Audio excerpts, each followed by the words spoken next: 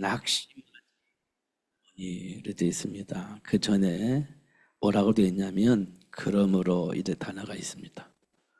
그러므로 이 말은 하나님께서 우리에게 어떤 복을 주셨는지 또 미래를 향해서 어떤 약속이 되어져 있는지 그 사실을 알았기 때문에 우리가 낙심하지 아니한다. 이렇게 연결을 하면 될 것 같습니다.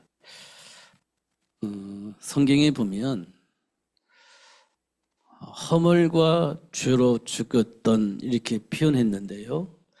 허물과 죄로 죽었던 사람들은 어떤 삶을 살았느냐라고 설명을 합니다. 그들은요 세상의 풍조를 따른다 이렇게 되어 있습니다. 허물과 죄로 죽은 사람들은 세상 풍조를 따른다. 하나님의 영광에 이를 수 없는 삶을 산다. 왜냐? 본질상 진노의 자녀이기 때문이다. 이렇게 설명을 하고 있습니다. 그렇게 설명을 하고 나서 뭐라고 표현했냐?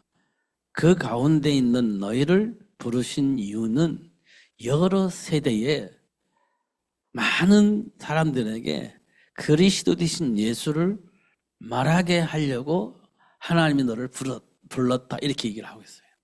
근데 우리가 어떤 상태에서 부름을 받았냐?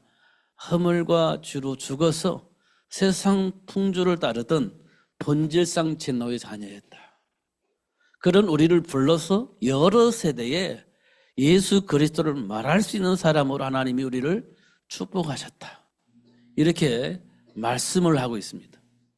성경의 핵심입니다. 성경의 핵심이에요. 그러니까 지금 우리에게도 많은 일들이 벌어지고 있습니다. 허물과 죄로 죽은 우리를 유혹하기 위해서 세상 문화를 만들어 놓고 우리를 유혹하고 공격을 하고 있습니다. 나도 모르게 그 속에 빠져서 그 속에서 생각하고 그 속에서 선택을 하면서 살고 있었습니다. 그때 우리를 보면서 사도 바울은 본질상 진노의 자녀였다 이렇게 말씀을 하고 있습니다. 이게 우리 삶 속에 드러나는 거니까 맞다 이렇게 할 수밖에 없어요.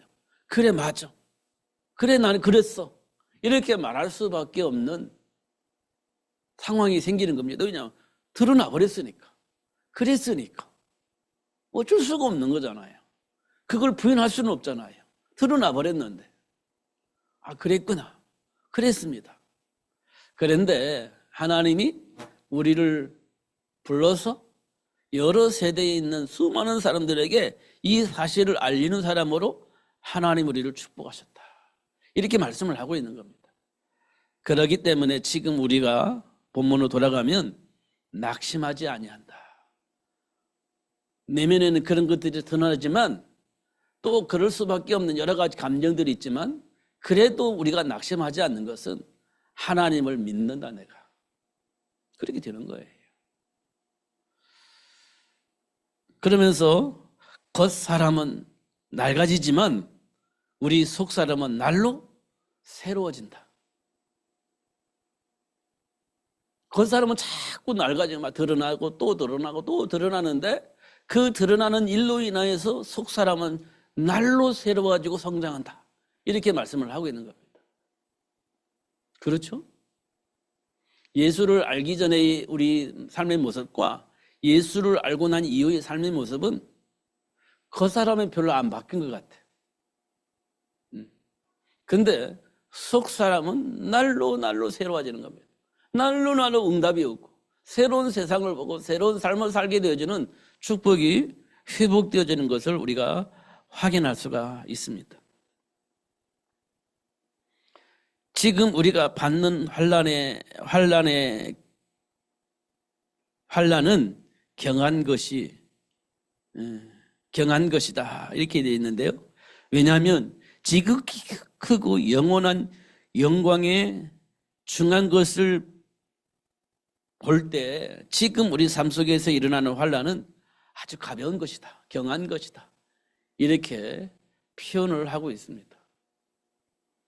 그러니까 이제 본 사람만 알 수 있는, 본 사람만 누릴 수 있는 고백할 수 있는 축복의 메시지를 오늘 고린도 교회에 사도 바울이 편지를 써서 보낸 거예요.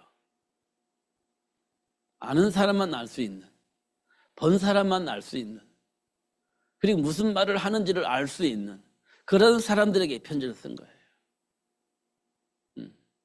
그러니까 지금 우리 삶 속에서 일어나는 많은 일들은 우리 속사람을 성장시키기 위한 하나님의 방법이다. 제가 오늘 또 이스라엘 백성들이 왜 400년 동안 노예 생활을 했느냐, 이스라엘 백성들 통해서 보면 400년 노예 생활을 한 거잖아요. 어떻든 불신앙에서 가나안 땅을 버리고 애굽으로 들어온 것 자체가 이스라엘 백성들 보기에는 불신앙이에요. 먹고 살아야 되니까. 그렇게 보이는 겁니다. 그러면 이스라엘 백성들이 참 믿음이 없구나 이렇게 볼 수가 있잖아요. 자, 다시 창세기 3장으로 돌아가면 아담과 하와가 불신앙을 해서 선악과를 따먹었잖아요. 불신앙을 해서 따먹은 겁니다. 이렇게 우리가 말할 수 있잖아요. 그런데 우리가 한 번 더 생각해 보면 아담과 하와가 하나님을 알았던 것 같아요? 몰랐던 것 같아요? 사실 아담과 하와는 하나님을 몰랐습니다. 그냥 말씀만 들었어요. 선악과 따먹지 마, 먹으면 죽어 이렇게 들었습니다. 반드시 죽어, 그것도 반드시 죽어 이렇게 말씀을 들었어요. 근데 하나님을 몰라, 아담과 하와가. 그러면 아담과 하와가 하나님이 원하시는 일을 할 수 있었을 것 같아요? 할 수 없었을 것 같아요? 하나님의 일을 할 수가 없었습니다. 하나님을 모르는데 어떻게 하나님의 일을 할 수 있어요? 하나님을 모르는데. 그래서 하나님께서 아담과 하와에게 뭐를 알려주셔야 되냐? 하나님을 알려주셔야 되는 거예요. 그래야 하나님이 원하시는 일을 할 거 아니에요. 하나님을 알아야 하나님이 원하는 것도 알고 응답받아서 누리며 살 수 있을 거 아니에요. 그럼 하나님을 알려줘야지. 누가? 하나님이. 아담과 하와는 하나님을 모르니까 하나님이 직접 아담과 하와에게 하나님을 알려줘야 될 거 아니에요. 그 첫 번째 사건이 창세기 3장 사건이에요. 왜 그랬어? 실컷 문제 일으켜놓고 왜 그랬어? 이게 허락을 하고 왜 그랬어? 그렇게 해놓고선 서로 핑계를 대고 있을 때 그 사단의 일을 폭로해서 알려준 겁니다. 그리고 나서 하나님이 내가 너를 위해서 여자의 후손을 보내줄게. 이렇게 하나님이 아담과 하와에게 당신을 알린 거예요. 나와 함께 하시는 하나님은 이런 하나님이셨구나. 이런 일을 위해서 하나님은 우리를 창조하셨구나 라는 사실들을 하나씩 알게 하신 거예요. 그게 창세기 3장 사건입니다. 그런데 지금까지 우리는 어떤 훈련을 받았냐? 그게 영적 문제야. 이렇게 훈련을 받은 거예요. 그게 영적 문제야. 그러다 보니까 그 영적 문제를 예수님께서 해결하셨어. 이렇게 되어진 겁니다. 그럼 우리는 어디에 초점이 맞춰졌어요? 내게 있는 영적 문제를 해결받는 데 초점이 맞춰져 있어요. 내게 있는 영적 문제가 해결되어지는 데 초점이 맞춰져 있어요. 하나님과 함께 하나님이 원하시는 그 일에 초점이 맞춰져 있는 게 아니고 내게 와 있는 영적 문제를 해결하는 데 초점이 맞춰지는 겁니다. 그게 지금 내게 와 있는 문제니까. 그거 예수님이 해결해 주셨어. 그 예수님이 그 문제를 해결하려고 오셨기 때문에 나는 그 문제 해결받아야 돼. 해결받으려고 예수 믿는 거예요. 이렇게 되어 있는 겁니다. 하나님이 원하시는 일은 몰라. 어떻든 내게 와 있는 문제 해결받아야 돼. 그러면서 그러시다 이렇게 하고 다녔단 말이에요. 지금까지. 근데 알고 보니까 그렇지 않아요. 내가 하나님을 몰라서 영적 문제에 시달렸고 내가 하나님을 몰라서 하나님 원하시는 일을 몰라. 그래서 할 수가 없어. 그래서 문제를 일으켜 주시고 문제의 원인도 알게 하실 뿐만 아니라 하나님이 뭘 원하시는지를 알고 하나님 원하시는 그 일을 이루기 위해서 역사를 하고 계시는 거예요.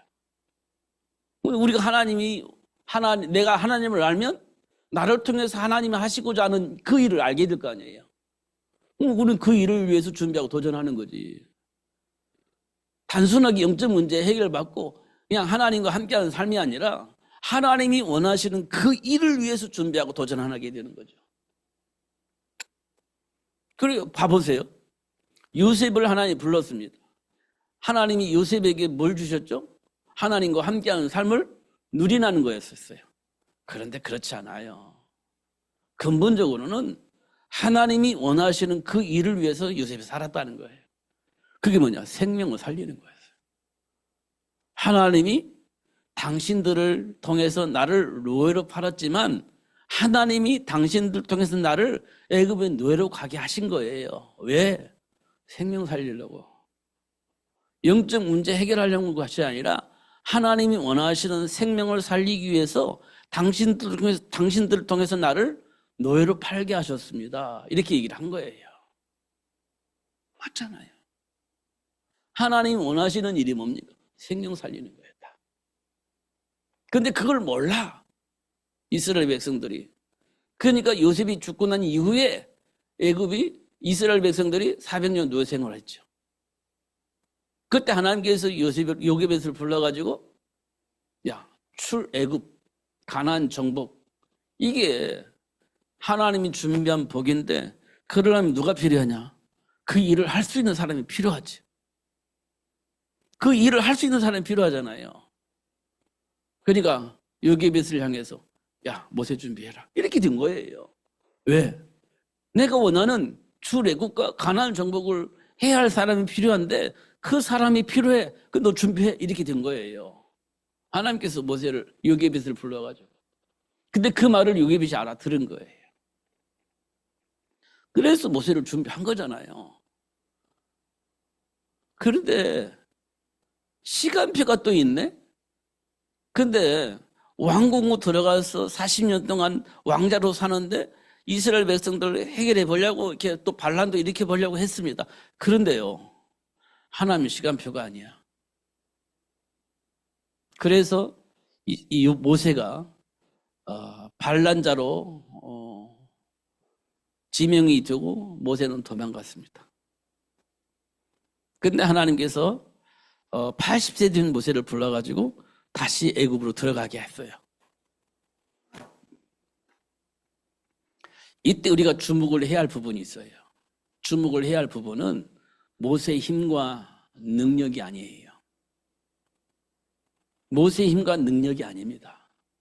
하나님이 하시고자 하는 것은 하나님과의 관계를 회복하고 하나님 준비한 복을 누릴 수 있는 그 복을 알리는 것이 목적이에요.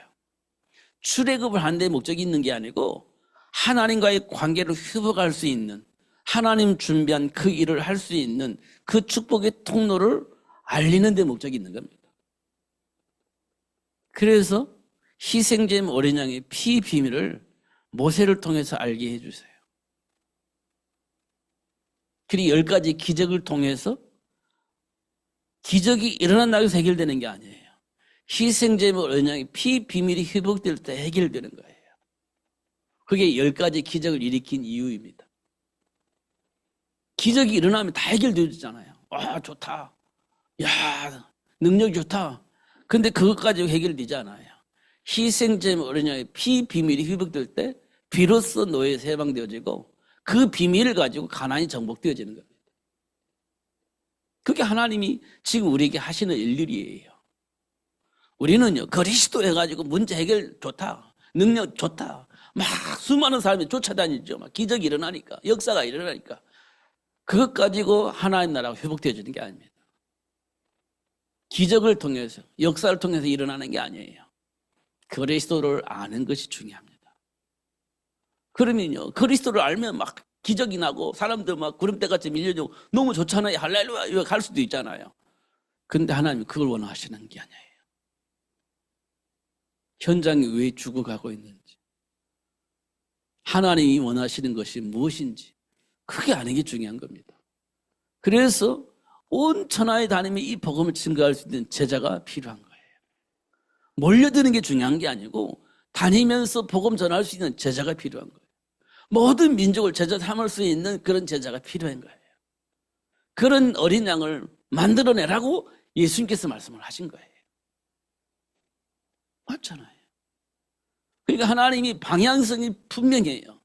처음부터 하나님이 원하는 방향성은 분명해요. 현장을 혼돈하고 공하게 만든 그 현장을 질서 있는 현장으로 바꾸기를 소원하시고 하나님 나라가 회복되기를 소원하시는 하나님의 소속의 인간이 창조주였다. 그걸 분명히 말씀을 하고 있어요. 지금도 마찬가지. 이 세상을 무질서하게 만들고 있는 삶의 문화의 배경이 있습니다. 권력자들의 배경이 있습니다. 그 배우는 악한 영이 하나님의 말씀을 불신앙하게 만들고 하나님을 무시하게 만드는 그런 배우의 역사는 사단의 세력들이 지금 우리 삶의 문화를 지배하고 있다. 틀림이 없습니다. 어느 날 노예가 되어지고 포로가 되어지고 속국이 되어지는 날이 오게 될 겁니다. 분명히 저는 그렇게 생각을 해요. 그런 날이 올 것이다. 그러면 교회는요 힘이 없습니다. 진짜 힘이 하나도 없어질 겁니다.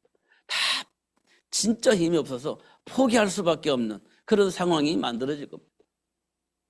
진짜로. 이때 하나님께서 구리토기에서 새순이 나서 그 새순을 통해서 살아계신 하나님을 증거할 수 있는 증인이 될 수 있도록 축복하실 것이다. 야, 진짜 하나님이 살아계시네? 말을 할 수밖에 없는 그런 상황이 만들어지게 될 것이다. 그렇다면 우리는 뭐 해야 됩니까? 그거 해야 돼요. 진짜 그거 해야 됩니다. 그거 준비해야 돼요. 지금 우리 다음 세대들은요, 뭣도 모르고 세상 문화 속에서 막 살고 있습니다. 저주와 재앙 가운데 있는데도 불구하고 모르고 막 그 속에서 살고 있습니다. 미래를 보지 못하고 막 그 속에서 지금 막 병들어가고 있습니다.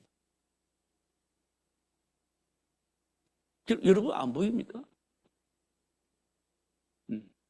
우리 다음 세대들이 진짜 병들어가고 있거든. 아무것도 모르고 완전히 망하고 있거든. 저는 그게 보여요. 그래서 저는 안타까워요. 진짜 안타깝습니다. 이게 이 10년, 20년 지나가면 정말 이 세상은요 완전히 망가질 거라고 봅니다. 저는 보여요. 지금 우리 다음 세대들이요 10살 이렇게 됐잖아요. 20년 전은 30살 될 거 아니에요. 그러면 그때 세상 문화 속에서 나름대로 미래를 보고 준비해야 될 것인데 그때 무슨 준비하겠습니까? 지금보다 더 심각한 삶의 문화 속에서 살게 될 겁니다. 그럼 어떻게 할 거예요? 못 벗어납니다. 절대 벗어날 수가 없어요. 그런 세상이 도래할 것을 생각해 보면 끔찍하지 않아요? 그러니까 지금 우리가 뭘 해야 되냐. 그런 다음 세대들에게 분명한 답을 주고 뿌리 내려서 견뎌낼 수 있도록 만들어줘야 돼요.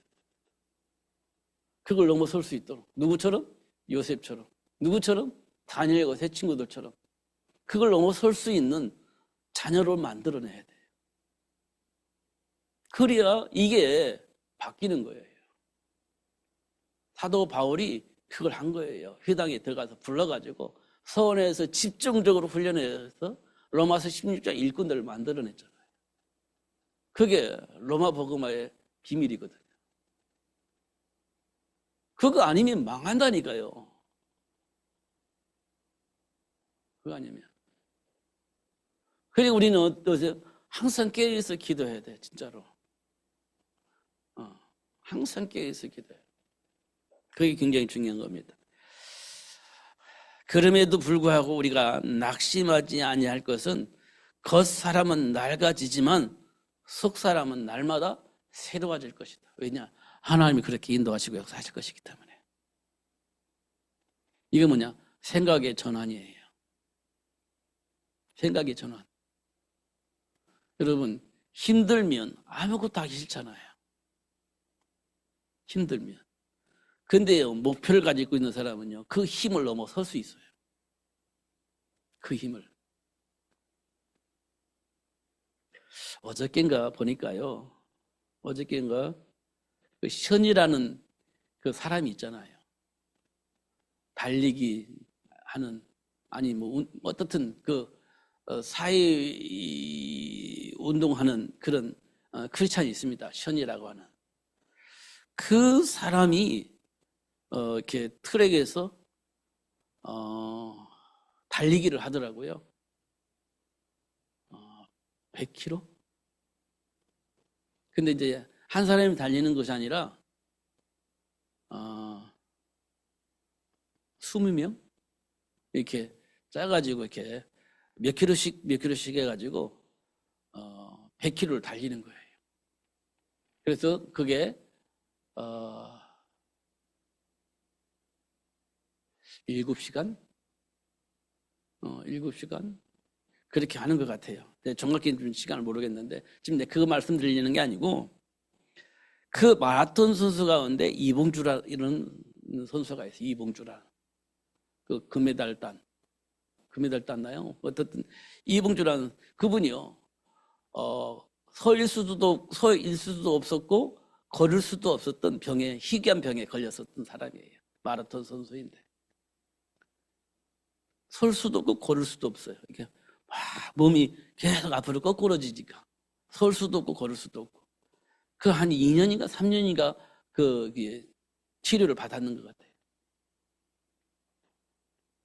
근데 그분이요, 달리기를 하는 거예요. 마라톤을. 포기하지 않고 끝까지. 이게 이제 불치병이라는 것은 원인을 모른다는 얘기잖아요. 근데 어떻게 치료해가지고 재활운동해가지고 살아남았습니다. 그런데요, 그분이 20km를 달렸나 그런 것 같아요. 그런데 몇 분 걸렸냐? 정상적인 사람보다 조금 처졌지만 정상적인 사람처럼 달렸어요. 정상적인 사람처럼. 그러면서 그 사람이 뭘 말하냐면, 뭐 내년인지 내후년인지 모르겠습니다만 보스턴 마라톤 대회가 있대요. 거기 참여하고 싶다, 그렇게 얘기를 하는 거예요. 그러니까 생각이 전환이 되어지면 지금 내 안에 있는 포기하고 싶은 감정을 넘어서는 거라니까. 그걸 넘어서서 도전하는 거예요. 그런 모습들을 봤어요. 근데 옆에 누가 있었냐면 선이라는 사람이, 형님 우리 같이 갑시다, 이렇게 도와주는 사람이 있었던 거예요. 그러니까 그래 한번 하자, 이렇게 되는 거지. 생각의 전환. 이게 필요합니다. 중요한 것은 답을 가지고 있는 사람은 어떻게 해요? 낙심하지 않는다. 답을 가지고 있는 사람은 포기하지 않는다. 말씀 붙잡고 준비하며 도전한다. 그러니까 어떻게 돼요? 겉사람은 어떻게 될지 몰라도 속사람은 날마다 새로워진다. 이렇게 말씀을 하고 있는 거예요. 하나님이 주신 말씀은요, 속사람을 날마다 새롭게 만들어 갑니다. 하나님 주신 언약은 내 생각을 날마다 새롭게 만들어 가신다. 이렇게 말씀을 하고 있어요. 우리는 상처 때문에 부정적인 생각 많이 하잖아요. 불신앙적인 생각 많이 하잖아요. 이기적인 생각 많이 하잖아요. 상처 때문에 그렇습니다. 그냥 하나님이 주신 언약 안에 들어온 사람은요, 그걸 버리는 거 자꾸 버리고, 하나님 주신 언약 붙잡고 비전을 품고 준비하고 도전하는 삶을 살게 되는 거예요. 하나님 주신 언약 안에 있는 사람들은. 하나님이 저와 여러분을 그런 사람으로 만들어 주셨습니다. 그렇게 되어질 수 있도록 축복하실 겁니다. 결국 망할 수밖에 없는 이 세상을 살리는 그 일에 주역으로 하나님 우리를 세우셨습니다. 그렇게 되어질 수 있도록 여러분을 축복하실 겁니다. 속지 마시기 바랍니다. 지금까지의 삶의 배경에 속지 마시고, 내면에 깔려있는 그것 때문에 속지 마시고, 하나님 주신 축복 속에서 나를 향한 하나님의 약속을 붙잡고 준비하고 도전하신 여러분 되시기를 예수님으로 축복합니다. 기도하겠습니다. 하나님 아버지 감사합니다. 오늘도 최고의 복을 주시고 알게 해주셔서 감사합니다. 결코 속지 않고 하나님 준비한 복을 통해서 내 미래를 보게 하시고 준비하게 하시고 도전하게 하여 주셔서 결국은 살아계신 하나님을 말하며 살아계신 하나님과 동행하기를 소원하는 그 마음을 가지고 사람을 살리는 그 일을 할 수 있도록 축복해 주옵소서. 오늘도 최고의 복을 주시고 알게 해주신 하나님께 감사합니다. 하나님의 배경 속에서 준비된 복을 날마다 누리며 살 수 있도록 축복해 주옵소서. 예수님 이름으로 기도하옵나이다. 아멘.